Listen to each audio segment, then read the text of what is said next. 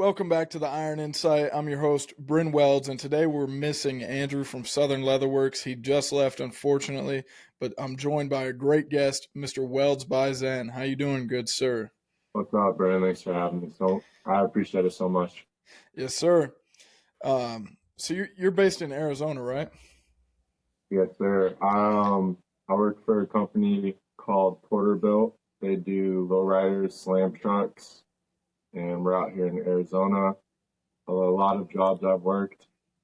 Can't compare the job I'm working at now, so I got really lucky with this company. And yeah, How long you been with them? I've I think going on like 6 months, but I'm planning on being there for a decade at least. It's just a good environment. I love my boss. I love what I do there. Yeah, 6 months. Weren't you doing something similar before with a lot of cosmetic welds, or am I wrong? Yeah, I was doing bumpers for Addictive Desert Designs. Um, it was a good company. I just had a issue come up to where I decided to part ways with them, but they make good bumpers, and I got a lot of the experience I needed to get to the job I'm at now. Was that the first welding job you had? So the first job I had was at Z Modular, and they make Section 8 housing frames. It's like structural beads, Hmm. making like the skeletons of, apartments. The very first step of building a house is the exoskeleton, and we just do structural beads on that with MIG. Huh. So, That didn't last long because there was a bunch of grown men, like grown ass men, having mistakes every other which way. Like I'd be welding with my hood down, and beams would fall like 6 feet from me, like out of here, like boom. mm, And I look up, I lift my hood, and there would be like a huge beam that could have just easily took me out. So I was there for 3 months. I was like, no, this is like insane. Like people are not paying attention. So I moved from there. yeah, man, that's something that happened pretty local to me, actually, at a company I was working at. A different division had they did structural steel beams, huge beams, and they had a guy get pinned underneath one. A sawhorse kicked out when he lifted one side up, and a guy got pinned under it and passed away, actually.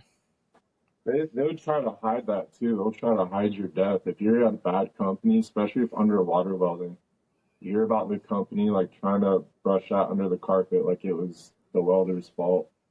Yeah, I think we just talked to we hire a safety company that comes in, and they kind of walk through the shop and tell us what we need to fix and all that before our inspections and whatnot. And he was just in Wednesday, and he told us if there's a death or a limb is lost in an incident at your workplace, then OSHA is required to be there within 8. It's Super ghetto. yeah, it's crazy. Um, so before that first job in the welding, what were you doing? So I was making, I think I heard, I think I was making $15 an hour at Circle K right before COVID. I was at Circle K doing overnight shifts, and I was making 15. I'm like, I'm talking to my wife. I'm like, baby, $15 an hour. Like, I'm him. Like, I got this. Like, I'll pay the bills. Like, quit your day job. Like, I'm making 15 now. I'm a big shot. I'm working in Circle K, and I was like thinking, I was like, hot shit. And I was working overnights, like I said, but there's just like so many crackheads in Arizona that come through there. And one night there was a feral ass crackhead that came into the store, and he was like trying to get a black and mild, I think cream flavored black and mild. And I step outside and I'm smoking with him, and I light my cigarette, and we get to talking, but I noticed like he's kind of not all there because there was like a piece of trash on the ground. There's like the straw, how you take out the paper part, and it's like on the ground sitting there in between us. And he's like, if you cross that line, he's like, I'll know like everything you've ever done in your past.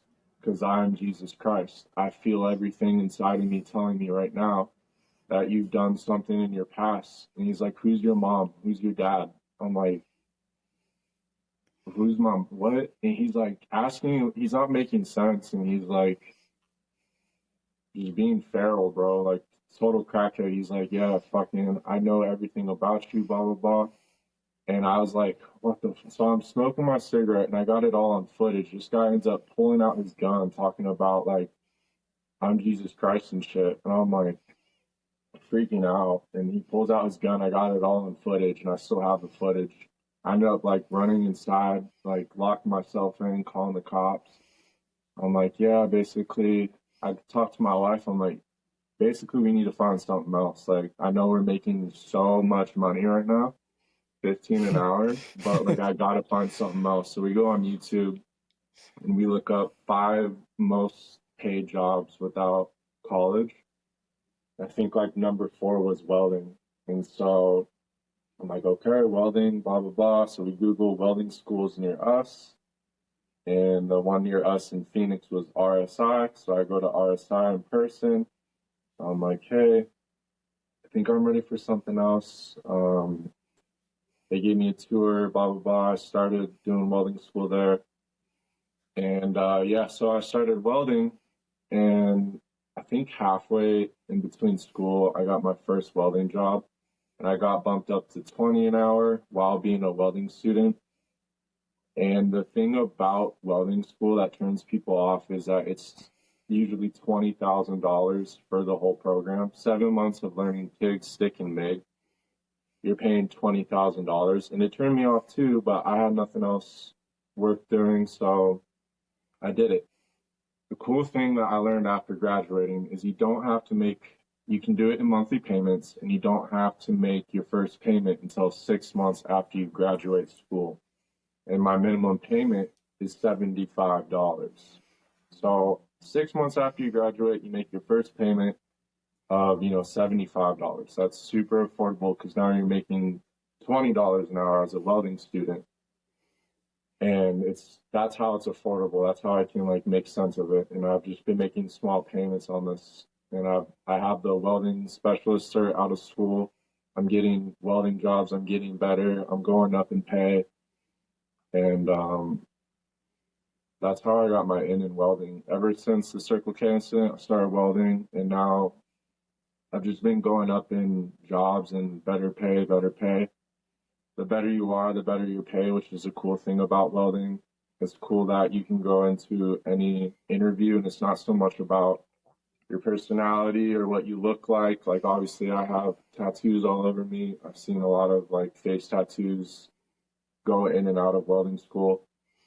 It's just about if you can pass that weld test at any welding interview. So anyone doing anything outside of the trade, welding is so versatile because they'll accept anybody. You just have to be able to pass the test. So you got a gun pulled on you at the Circle K? Yeah, so I posted that. I posted the video of that on my Instagram. I ended up deleting it later, but it was just like so scary because at the time I think I was like 21 or 22 or something. It's like he's talking about being Jesus Christ. I was like hella scared about dying, I guess. So I was like, I gotta do something different, bro. Did he, what was it? Was it a pistol? Yeah, he had like a hand arm and he had like a fucking yeah, he was like sagging his pants and shit and he pulls up his shirt and pulls out his gun and shit and so I run inside, I'm like, oh fuck. What the It's hell, scary, bro. dude? You were in the Marines though, right? Yes, sir. I did what is his face? Wilbros. He was talking about being an idiot. Like, don't be a fucking idiot. That's what he sounded like. He's like, don't be a fucking idiot. I was one of the idiots. I ended up being in there for like little under, I think it was like a year or two. And I hit the fleet. I was in the fleet for like 6 months. I just got in with a bad crowd. I was doing drugs and ended up getting kicked out, rightfully so. I was just a dumb kid. I was 18. But a lot of cool stories from that, a lot of bad stories from it. I got to shoot machine guns, throw grenades. Um, a lot of fun memories, man. Some of the best and worst memories I have is from the Marines. Do you regret getting kicked out at all?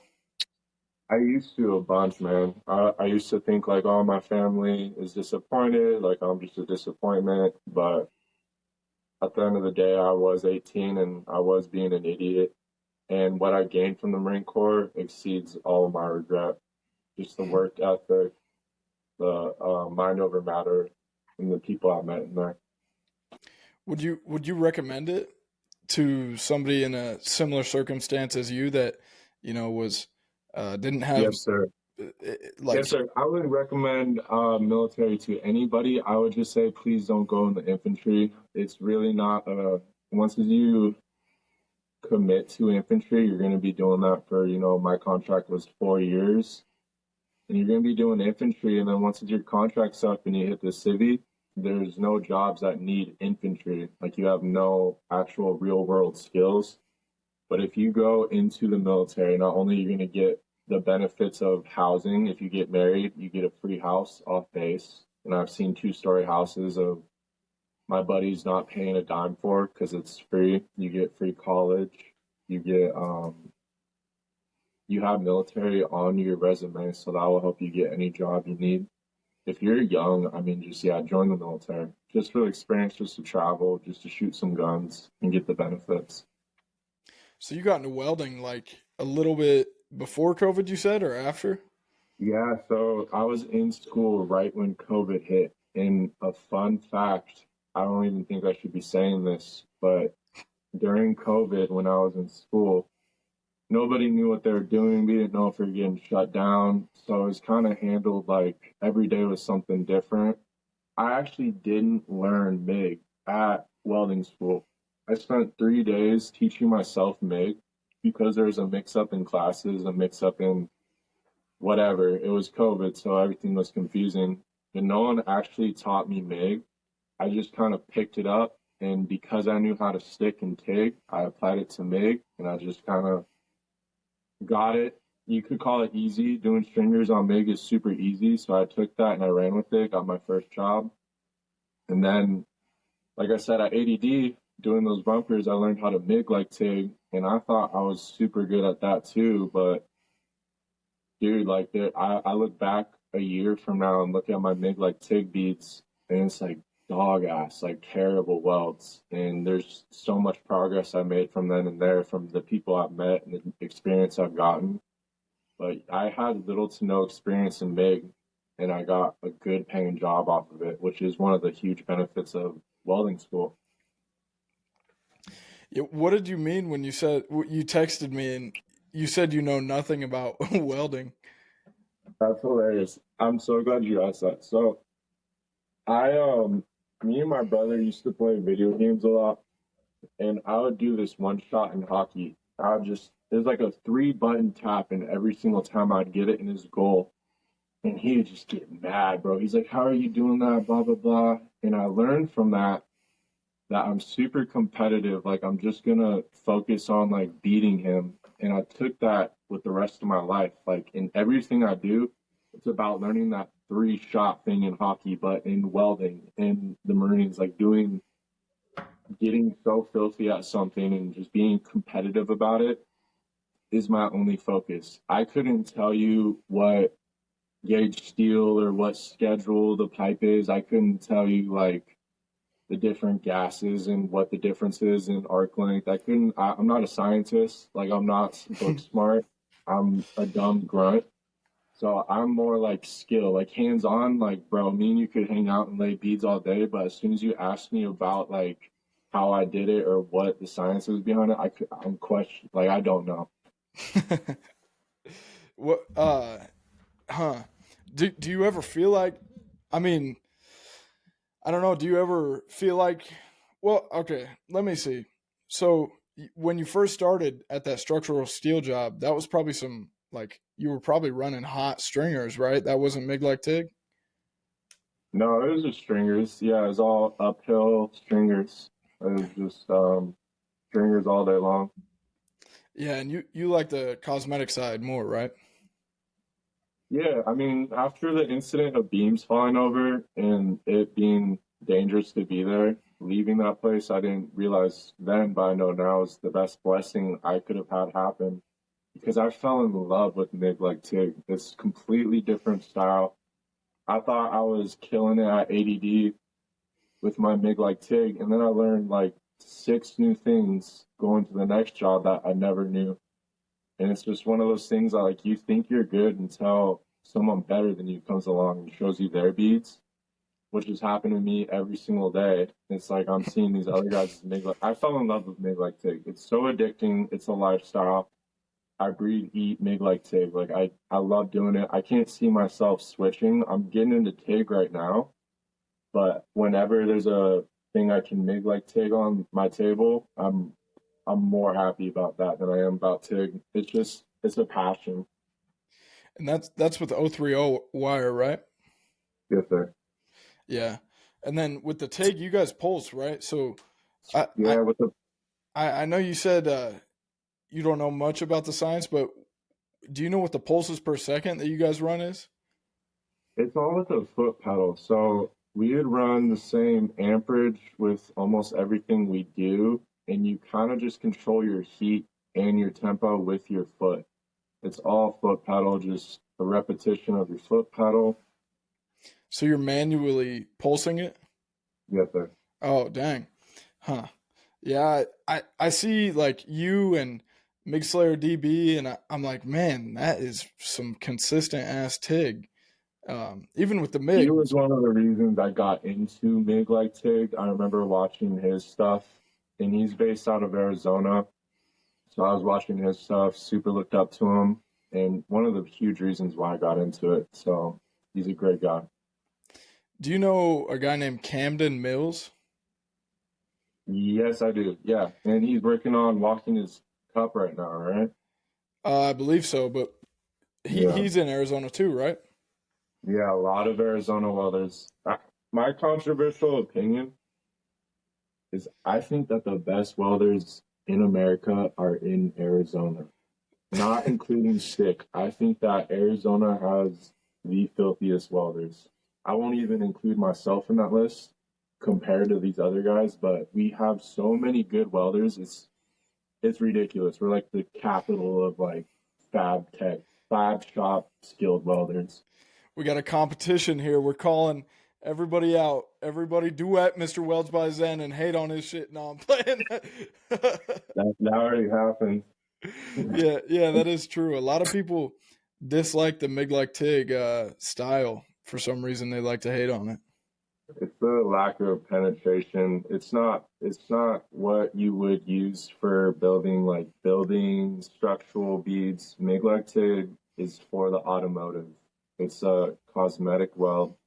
It has penetration, but not as much as you would need for structural. It's just made to look nice and have enough strength for what it's intended for. Most bumpers are made out of plastic. Yeah, These welds are strong. I could hammer it all day and I'd dent it, but I wouldn't break it. It's a beautiful looking weld. that's actually a really fair point. Is when, like, if you're posting something about a bumper and somebody's like, "Oh, that won't hold," well, it's gonna hold more than most of your plastic bumpers would, which are most bumpers. It's a huge chunk of steel welded together. I mean, yeah, there's been long debates about if it will hold or not. And I've seen a dude that flipped his truck with our bumpers on it, and the bumpers were undented and saved his life, quite frankly. It's the only thing that didn't get hurt. Rolled his truck totaled, bumpers were fine. That's on With your MIG like Instagram, TIG. isn't it? It's on my TikTok, on my Instagram. A while back ago, I posted this, maybe a year ago. I think I saw that. Yeah, that truck was flipped over in a ditch. Yeah, a lot of guys have been flipping their trucks lately. Shout out to 760 Taco. He just flipped his truck. What was skydiving like? What made you do that? So I went twice. I didn't want to do it either time. My brother, he had like one of those weird birthdays that I think he turned 32. It's like you celebrate a 32nd birthday. And it's like, what's so cool about his birthday? So I knew that in advance. And I'm like, I'm gonna make his 32nd birthday like crazy. So I tell him like, hey, be here by this time. And he gets there, and I'm like, dude, I'm not going to tell you where we're going, but we are going to go do something crazy. And he's like, as long as it's not skydiving. I'm like, all right, it's not skydiving. Like 40 minutes into the drive, he's like, where are we going, bro? Like, I'm taking him to the middle of nowhere. And I'm like, I don't know, dude, but I in advance told my mom, sister, brother, or sister, call my brother and tell him good luck on your skydive trip. So we're halfway through this trip to skydiving. My mom and sister are like, "You're going skydiving." My brother's like, "What?" He's like, "No, I'm not." Flash forward to like us in the plane. We're both looking at each other like, "Bro, we don't have to do this. Like, we can back out." And like as we're thinking it, they're like humping us to the fucking entrance to fall off the plane, and we're already free falling. And it's like, bro, I did not want to do it. And then the second time, I didn't want to do it even more because I knew I was getting myself into. My brother-in-law, my sister died last year, and my brother-in-law obviously has been battling with depression and stuff. So he came out, and I was like, dude, we're going skydiving. And he's like, okay, let's go. I'm like, dude, this man does not care. And he did not, bro. He was like, he had no emotion. He just jumped out the plane. He just wanted to feel something, bro. And he did. Like, he had a good time. I was more scared than them both times I went. Man, I feel like that would be a great time. What's the view like? Is it just amazing? Yeah, it's so crazy. It's like the concept of fear. It's like you're scared of something, and then as soon as you're falling, you're giggling, you're laughing. It's like you forget what you were afraid of. Anything that you're afraid of, as soon as you do it, you're not afraid of it. Like the view's amazing. You have the wind. You get like sand in your gums. Yeah, out there in Arizona. Dude, I would love to skydive to an Arizona sunset. That would be great. Or a Florida sunset. If we're going to FabTech together, they got some good Florida sunsets we could skydive in. I've never been there. Have you been there before? Yeah, I lived in Panama City Beach with my older sister. She was very kind in housing me when I was a degenerate kid. And I lived there and got to experience the most beautiful beach, beautiful sunsets. It's just the most beautiful state. That is where I will retire. This you could see 30 feet deep in crystal clear beach water and see like cute fish, nothing ugly like the PNW. There's no barnacles or anything. Huh. It's the most beautiful place on earth. Yeah, dude, I'm excited for FabTech to meet you in person and to introduce Yes, you sir. into some people. Uh, Yes, sir. Yes, absolutely. yeah, I want to get I've you never on. been. I want to get you on some teams, some of the teams. Yes, sir. Yeah, dude, Absolutely. Thank you. that'd be great. I'm excited. Yeah, I mean, first off, I've never been to Florida, and then Andrew wants to take me fishing because that's where he's from, and I love fishing. Like that. Deep sea fishing?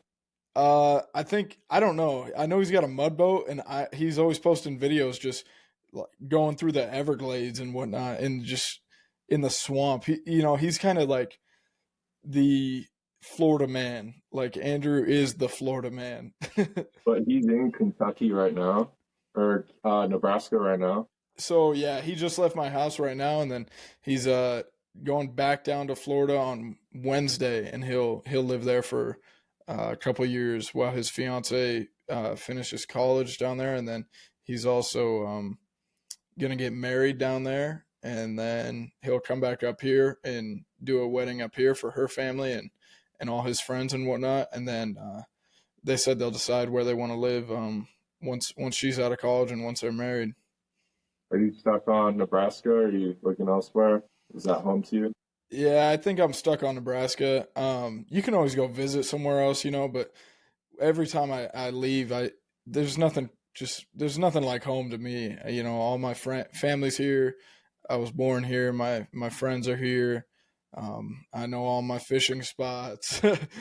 I just love Nebraska. I know my way around, but I do love to travel. I went to Ireland for 3 weeks, and that kind of made me realize, like, dang, dude, 3 weeks is that I couldn't live anywhere else for longer than 3 weeks. That was my limit. Ireland. That's insane.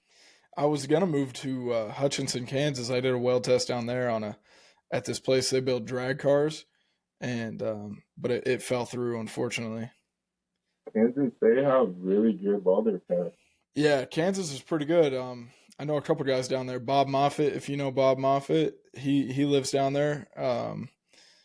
Kenneth. I think it's Kenneth Watson at Fab Star Performance Fabrication, and then not far in Missouri, they got Jesse McCollum. We just interviewed him, and if you're listening to this, Jesse's episode came out the week before or 2 weeks before, I believe. So go check that one out as well. Mr. Everlast. That guy is probably the best aluminum TIG welder I've ever seen in my life. Him and Mark Winchester are both great. So your company primarily builds like bumpers and what else do they build? So that was my old company. The company I'm at now, PB Fab, we make slam trucks, lowriders for classic trucks. It's like those trucks with hydraulics that can go up and down. We make the frames for those. The whole frame is designed by the owner of PB Fab. A lot of companies outsource his material and use it for their own company. So yeah, he's the originator of this style of frame that a lot of people are using. So he's kind of famous in the industry for his designs and stuff. And it's just a blast working for him. Such a sweet guy. I forgot to tell you why I asked if you know Camden Mills. Do you know him in person? Do you work with him? Through social media. Oh, okay. So Camden Mills, here's the crazy thing about this industry. What a small world. So my aunt lives in California, right? And her best friend, my aunt's best friend's daughter is, I believe, engaged or dating Camden Mills. Okay, that's crazy. That is so insane to me. What a small world. I would love to have him on the podcast sometime as well. Yeah, there's a dude named Ben S that I used to work for. And then my wife's side of the family, I guess somehow his brother is married to someone on my wife's side of the family. It's like so weird. Like I am related somehow to a coworker I never even knew I was related to. That happened to me at my last job. My third cousin was one of my coworkers, and we didn't know for months. His dad passed away, and my grandpa and dad went to his funeral, and they saw him there. And my dad worked at the same shop that I used to work at, and it was just it was crazy because it was like no wonder we got along so well. We're friggin' related by blood, and yeah, I never met him before work. Small world. What do you like to do in your free time? You got any hobbies outside of welding?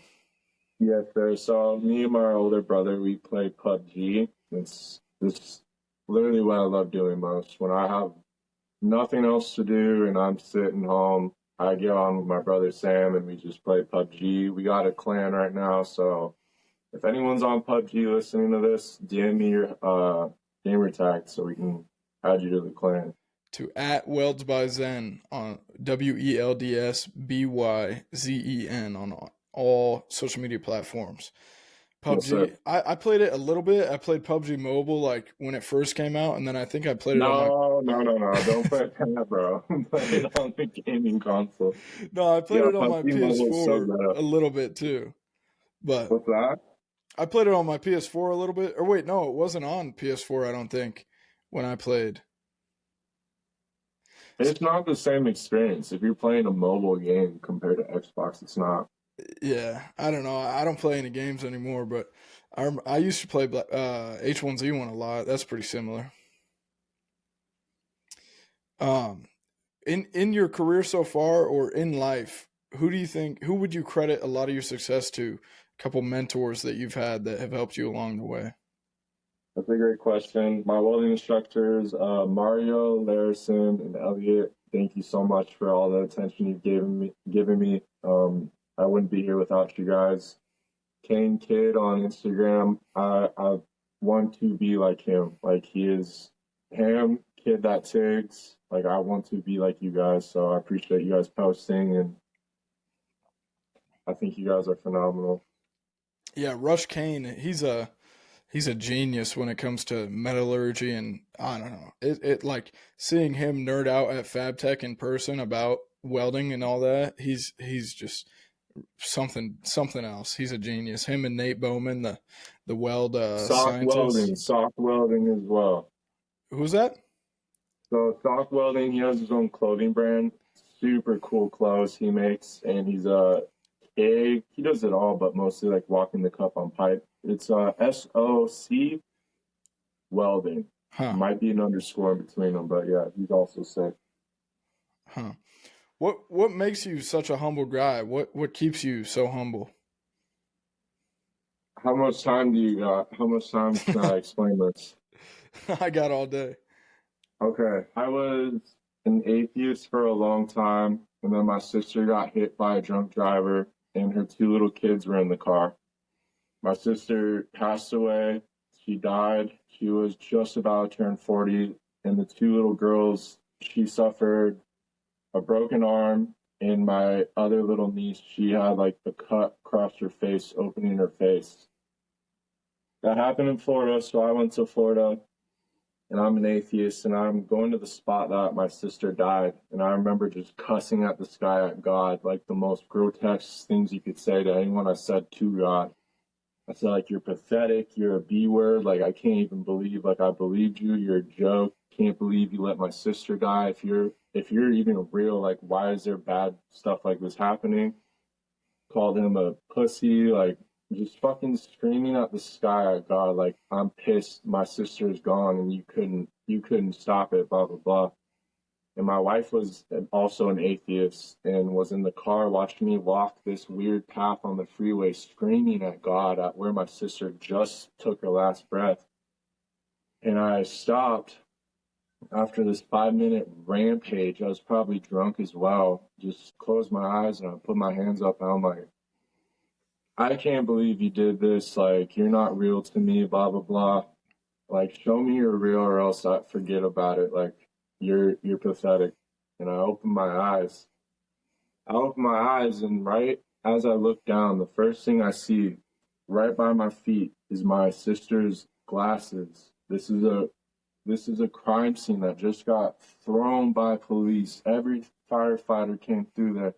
A bunch of mourners came through there throwing flowers and stuff, and I'm opening my eyes to see my sister's glasses. Not even as far as a hat's distance from my feet, perfectly placed by my feet is her glasses. Open my eyes and I see that, I pick them up, and they're all bent and they're shattered, but they're her glasses, as if like God heard me at that time, even though I was bashing his name. It's like he still had the mercy to show me that he was standing right by me, like he was there, and he gave me the blessing of knowing that everything is okay.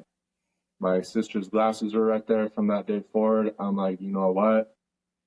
Jesus Christ is real, and I'm not ashamed of it. So I go and I tattoo my face. I get saved. I get 7 sevens. I get Jesus saves tattooed on me.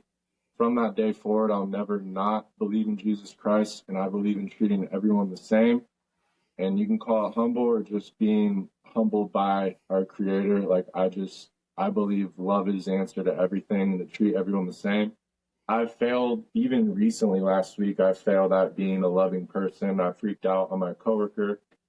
It's just like, we are all flawed humans at the end of the day, but to be humble is just to realize, like, life is a gift, man. That's crazy, man. That's insane. How, Yeah, sir. when was that? That was last year. I believe in June.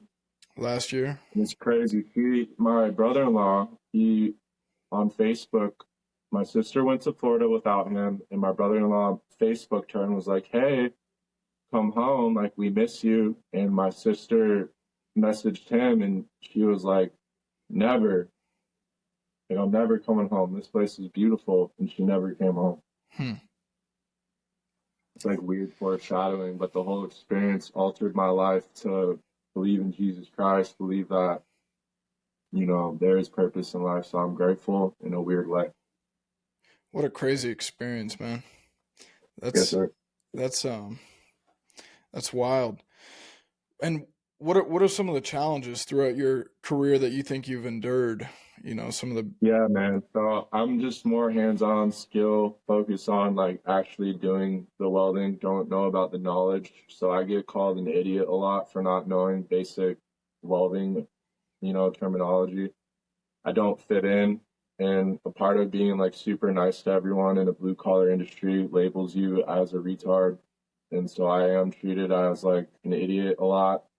I'm just genuinely having a good time under my hood welding, and I couldn't care less about the knowledge of it. I just have fun welding. That's what it is. So my biggest problem is just fitting in with these lame ass old heads. yeah, man. It's a hard industry to get into, especially if you are a half decent human and then you're work around a lot of scumbags, chimos, and What all about that. you? I am interested in your answer to that same question. Some of the hardships, Yes, sir.